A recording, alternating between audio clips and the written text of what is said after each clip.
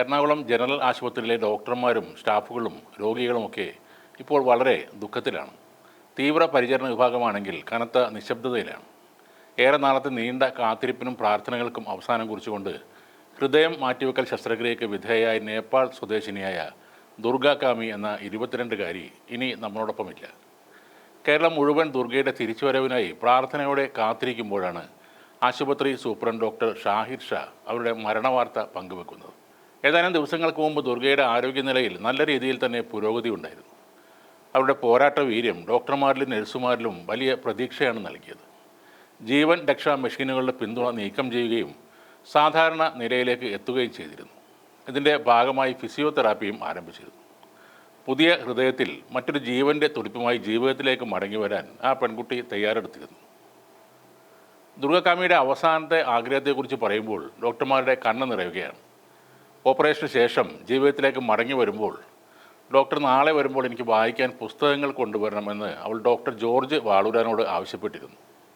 ICUവിന് പുറത്തു നിന്ന് അവളെ അവസാനമായി കണ്ട ആ നിമിഷങ്ങൾ ആശുപത്രി അധികൃതർക്ക് ഇന്നും ഒരു നൊമ്പരമാണ്. വായനയുടെ ലോകത്തേക്ക് മടങ്ങാനിരുന്ന ആ പെൺകുട്ടിയാണ് മരണം കീഴടക്കിയത്. ഡാനോൺ എന്ന അത്യപൂർവ രോഗത്തെ തുടർന്ന് എറണാകുളം ജനറൽ ആശുപത്രിയിൽ ചികിത്സയിലായിരുന്ന ദുർഗയ്ക്ക് ഒരു വിദേശ പൗര ആയതിനാൽ അവയവദാന പട്ടികയിൽ ഉൾപ്പെടാൻ നിയമപരമായ ഒട്ടേറെ കടമ്പകളുണ്ടായിരുന്നു.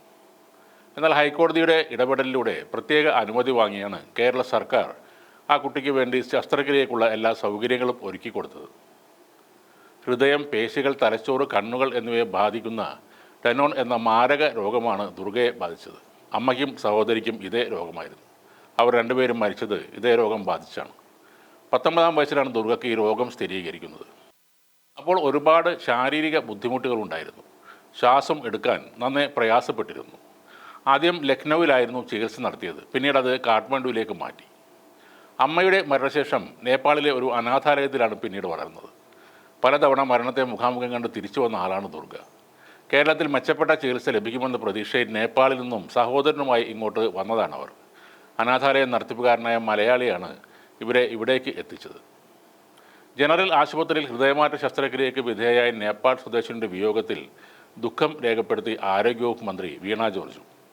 കഠിന പരിശ്രമങ്ങൾക്ക് അവളെ ജീവിതത്തിലേക്ക് തിരിച്ചുകൊണ്ടുവരാൻ കഴിഞ്ഞില്ല എന്നും 22കാരി ദുർഗാകാമിയുടെ ജീവൻ രക്ഷിക്കുന്നതിനും ജീവിതത്തിലേക്ക് തിരിച്ച് കൊണ്ടുവരുന്നതിനും എറണാകുളം ജനറൽ ആശുപത്രി ടീം സാധ്യമായ എല്ലാ കാര്യങ്ങളും ചെയ്തുവെന്നും മന്ത്രി ഫേസ്ബുക്കിൽ എഴുതിയ കുറിപ്പിൽ പറയുന്നു. ദുർഗയ്ക്ക് ജീവൻ രക്ഷാ മെഷീനുകളുടെ പിന്തുണ കഴിഞ്ഞ ദിവസം മാറ്റുകയും പിന്നീട് ഫിസിയോതെറാപ്പി ആരംഭിക്കുകയും ചെയ്തിരുന്നു. ഇത് വലിയ പ്രതീക്ഷയായിരുന്നു നൽകിയതെന്നും വീണ ജോർജ് പറഞ്ഞു.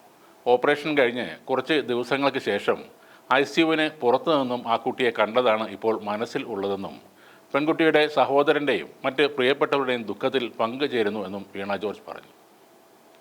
യോജിച്ച ഒരു ഹൃദയത്തിനായി മാസങ്ങളായി കാത്തിരിക്കുന്ന അവസ്ഥയിലാണ് വാഹനാപകടത്തിൽ ചികിത്സയിലിരിക്കെ മസ്തിഷ്ക മരണം സംഭവിച്ച കൊല്ലം ചാത്തന്നൂർ സ്വദേശി ഷിബുവിൻ്റെ ഹൃദയം ദുർഗയ്ക്ക് മാറ്റിവെക്കുന്നത്. ദുർഗയ്ക്കുള്ള മരുന്നുകൾക്ക് മാത്രം ആശുപത്രി 12 ലക്ഷം രൂപ ചെലവഴിച്ചു.